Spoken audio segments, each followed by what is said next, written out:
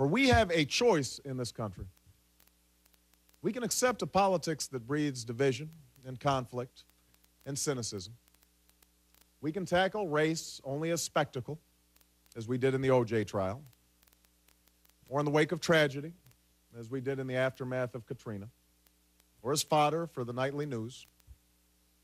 We can play Reverend Wright's sermons on every channel every day and talk about them from now until the election, and make the only question in this campaign whether or not the American people think that I somehow believe or sympathize with his most offensive words. We can pounce on some gaffe by a Hillary supporter as evidence that she's playing the race card, or we can speculate on whether white men will all flock to John McCain in the general election regardless of his policies. We can do that. But if we do, I can tell you that in the next election, we'll be talking about some other distraction. And then another one. And then another one. And nothing will change.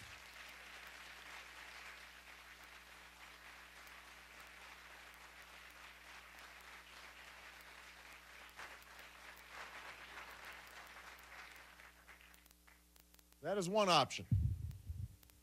Or, at this moment, in this election, we can come together and say, not this time.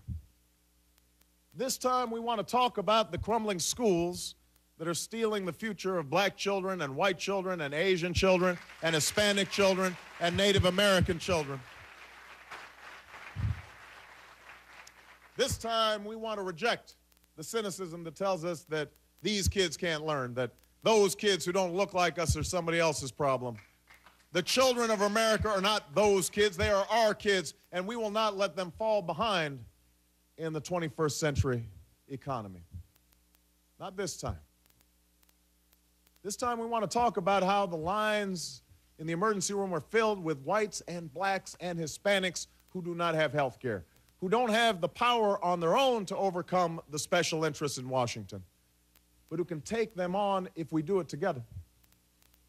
This time, we want to talk about the shuttered mills that once provided a decent life for men and women of every race, and the homes for sale that once belonged to Americans from every religion, every region, every walk of life.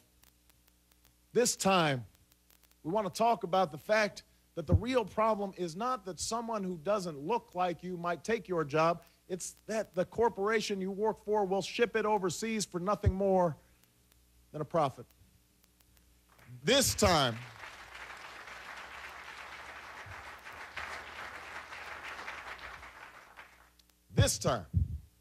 we want to talk about the men and women of every color and creed who serve together and fight together and bleed together under the same proud flag. We want to talk about how to bring them home from a war that should have never been authorized and should have never been waged.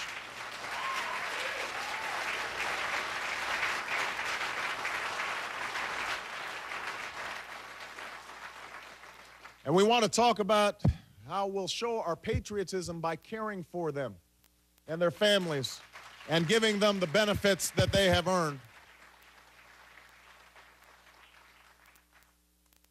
I would not be running for president if I didn't believe with all my heart that this is what the vast majority of Americans want for this country. This union may never be perfect, but generation after generation has shown that it can always be perfected